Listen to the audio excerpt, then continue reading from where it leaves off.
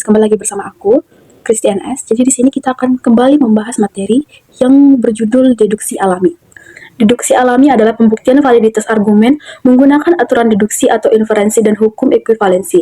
Pembuktian dilakukan bertahap, langkah demi langkah sampai diperoleh formula yang sama dengan kesimpulan argumentasi. Jika diperoleh formula yang berlawanan atau negasi dari kesimpulan, maka argumentasi tidak valid. Jika tidak ditemukan formula yang sama atau berlawanan, maka tidak dapat ditentukan validitasnya. Jadi aturan inferensi itu seperti modus ponens, jika F maka G, premis 2-nya F, kesimpulannya G, terus itu ada modus tollens, terus ada konjungsi, itu adalah aturan inferensi. Dan hukum dasar ekuivalensi itu seperti hukum distributif, dan ada juga hukum De Morgan, lalu kontraposisi, dan banyak lagi hukum-hukumnya guys. Kita langsung masuk ke contoh soal pertama. Ini termasuk dalam contoh soal yang menggunakan hukum De Morgan.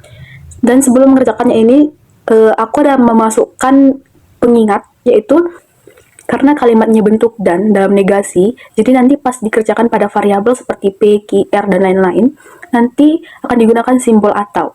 Ini berlaku hanya untuk bentuk dan juga bentuk atau. Jadi kalau bentuk lainnya seperti implikasi dan lain-lain, nanti kalau ada negasi implikasi di kalimatnya, bentuk PQ-nya itu tetap negasi implikasi. Nah, setelah melakukan sistem coret atau sistem eliminasi variabel yang sama, kita harus melihat mana variabel yang tersisa. Yang tersisa di sini adalah huruf P dan huruf Q. Nah, di kesimpulannya itu akan kita masukkan huruf P dan huruf Q-nya dengan terdapat ada negasi dan juga simbol atau. Nah, nanti akan menjadi negasi buka kurung P atau Q tutup kurung. Nah, jadi kalau kalimatnya disatukan, itu menjadi Siti dan Dita sama-sama tidak ikut pelatihan musik. Dan ini termasuk dalam contoh soal yang valid. Kita akan lanjut ke contoh soal yang kedua. Di contoh soal kedua ini, kalimatnya, jika pintu tidak dikunci, maka alarm akan menyala. Alarm menyala. Ini termasuk dalam contoh soal uji validitas. Nah, jika pintu tidak dikunci itu P, maka alarm akan menyala itu Q, terus itu alarm menyala itu juga termasuk ke dalam Q. Nah, kita akan membuat urutannya. Urutan pertama itu negasi P implikasi Q, urutan kedua itu adalah Q. Seperti biasa, kita coret mana variabel yang sama. Variabel yang sama di sini adalah huruf Q. Nah, yang tersisa itu adalah negasi P. Jadi kesimpulannya itu negasi P. Kalimat di negasi P itu berisi pintu tidak dikunci. Jadi kesimpulannya adalah itu. Termasuk ke dalam contoh soal juga yang tidak dapat ditentukan validitasnya. Mengapa tidak dapat ditentukan validitasnya? Kita bisa berbalik ke dalam aturannya itu. Dibaca, jika tidak ditemukan formula yang sama atau berlawanan, maka tidak dapat ditentukan validitasnya. Dan di negasi P itu tidak dapat ditentukan formula yang sama, karena hasilnya itu negasi P dan negasi P ini tidak punya pasangan. Kita lanjut ke contoh soal yang ketiga. Jika Rudi belajar gitar, maka Rudi latihan kunci dasar dan berlatih lagu sederhana. Jika Rudi berlatih lagu sederhana, maka Rudi menguasai teknik bermain gitar. Jika Rudi menguasai teknik bermain gitar, maka Rudi tampil di panggung. Nah, pada PPT aku ini, aku sudah menyediakan mana huruf X, Y, Z, dan lain sebagainya. Dan ini termasuk ke dalam contoh soal aturan modus ponens. Nah, langsung kita membuat urutannya. Urutan pertama itu adalah X implikasi buka kurung, Y dan Z tutup kurung. Urutan kedua, Z implikasi W. Urutan ketiga, W implikasi M. Nah, kita seperti biasa, kita coret mana yang huruf variabelnya itu sama. Jadi kita melihat ada huruf Z dan huruf W yang lebih dari satu. Nah, itu kita coret. Nah, yang tersisa itu kan huruf X, Y, dan M.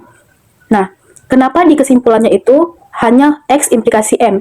Mengapa huruf Y-nya itu tidak diikutkan dalam kesimpulan? Karena huruf M itu tidak ada berhubungan dengan huruf Y. Nah, mengapa huruf X diambil? Huruf X itu adalah di bagian awal, huruf M itu di bagian akhir.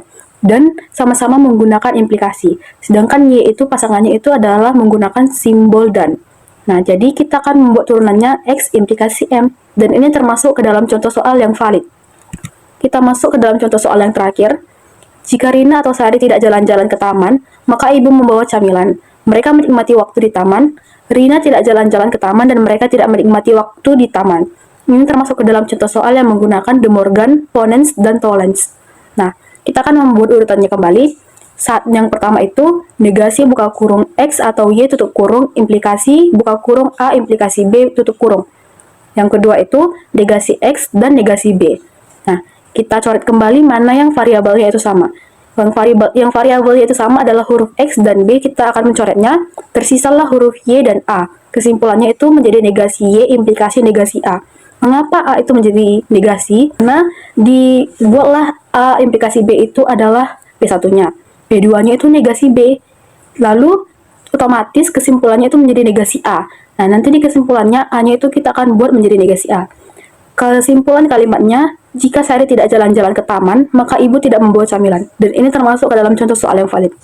Oke guys, itu saja contoh soal dan materi penjelasan dari aku. Terdapat kesalahan kata ataupun kesalahan dalam mengerjakan contoh soalnya, kalian bisa langsung beritahu di kolom komentar. Bye-bye!